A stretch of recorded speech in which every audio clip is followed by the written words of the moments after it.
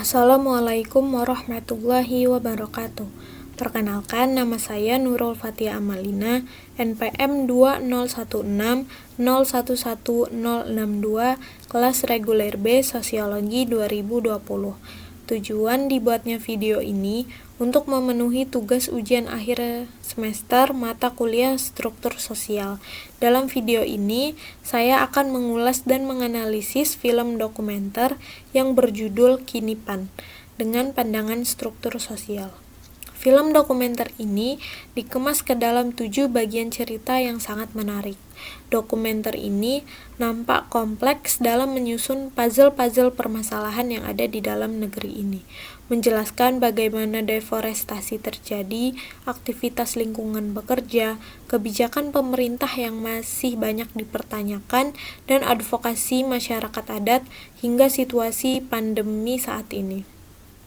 Namun, di sini saya akan membahas satu isu yang ada di dalam film dokumenter ini menurut pandangan struktur sosial. Sebelumnya, apa sih struktur sosial itu? Struktur sosial dapat dikatakan sebagai pola hubungan sosial antara manusia atau kelompok dalam suatu masyarakat di dalam kehidupan sehari-hari. Kenapa masyarakat perlu dikelompokkan? Bukan bermaksud untuk membeda-bedakan, namun kelompok sosial ini dibagi berdasarkan peran, hak, dan kewajiban untuk saling melengkapi satu sama lain. Pada prosesnya, pembagian kelompok ini biasanya sering kali memicu terjadinya konflik yang terjadi di dalam masyarakat. Isu yang akan saya bahas kali ini adalah konflik yang terjadi antara PT Alam Bukit 30 dengan masyarakat Pemayungan dalam wilayah konsensi lingkungan. PT Alam Bukit 30 merupakan perusahaan yang berkecimpung di dunia restorasi ekosistem lingkungan hidup. Pemerintah memberikan izin kepada perusahaan ini dengan skema izin baru dengan dalih restorasi ekosistem dengan tujuan untuk memulihkan lingkungan hidup yang ada.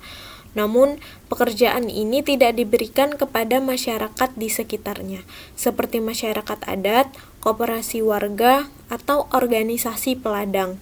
Tapi mengapa negara memberikan izin kepada perusahaan untuk merestorasi lingkungan hidup? Karena negara tetap ingin menarik pajak dari perusahaan tersebut dengan nilai pajak yang sangat fantastis, yaitu ratusan juta per tahun. Dengan pajak yang sangat besar itu, mustahil bagi masyarakat adat, koperasi warga, dan organisasi peladang sanggup untuk membayar pajak.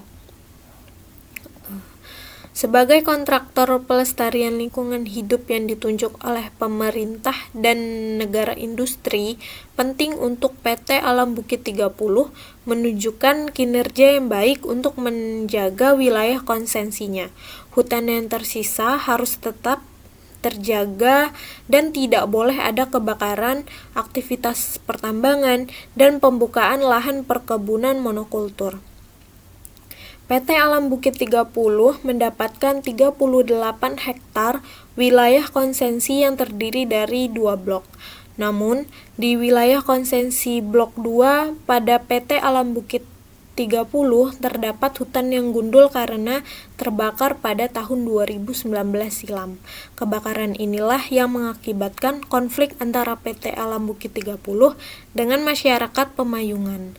Perusahaan menuding bahwa warga setempat sengaja membakar untuk membuka ladang di dalam wilayah konsensi perusahaan. Sementara itu, warga mengakui di lahan yang terbakar terdapat juga lahan mereka, sehingga mustahil untuk warga membakar tanaman mereka sendiri.